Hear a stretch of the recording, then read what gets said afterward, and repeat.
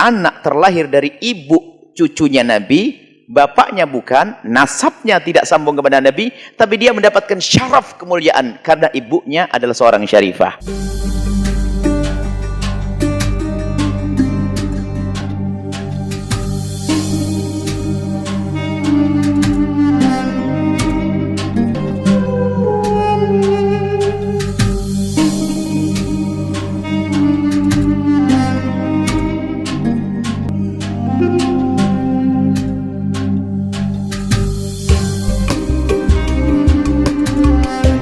Assalamualaikum warahmatullahi wabarakatuh. Waalaikumsalam.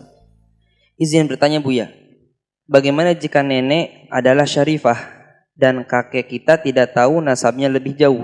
Apakah nasab ke Nabi terputus karena banyak pendapat bahwa nasab hanya dari ayah saja?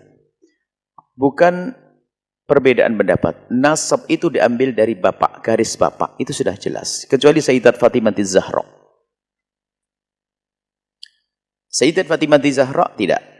Tetap sambung dengan Nabi. Melalui baginda Nabi Sayyidat Fatimah. Selebihnya nasab diambil dari jalur laki. Maka nasab dzurriyyah Nabi diambil dari garis laki. Ini sebagai nasab. Tapi kalau ada seorang anak terlahir dari ibu cucunya Nabi, bapaknya bukan, nasabnya tidak sambung kepada Nabi, tapi dia mendapatkan syaraf kemuliaan karena ibunya adalah seorang syarifah.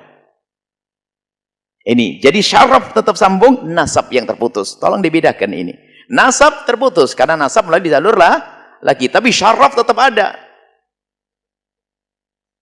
Coba, apakah Anda mau dibilang bukan anaknya ibu Anda? Enggak mau. Anda anaknya ibu Anda dan anaknya bapak Anda. Nasabnya melalui bapak. Maka jika anaknya seorang syarifah, dia punya syaraf, punya kemuliaan. Memang nasabnya tidak sambung kepada Nabi, tapi dia punya kemuliaan, punya syaraf sambung kepada ibundanya yang seorang syarifah. Tolong dibedakan antara syaraf dengan nasab. Maka karena dia adalah punya syaraf, dia layak untuk dimuliakan.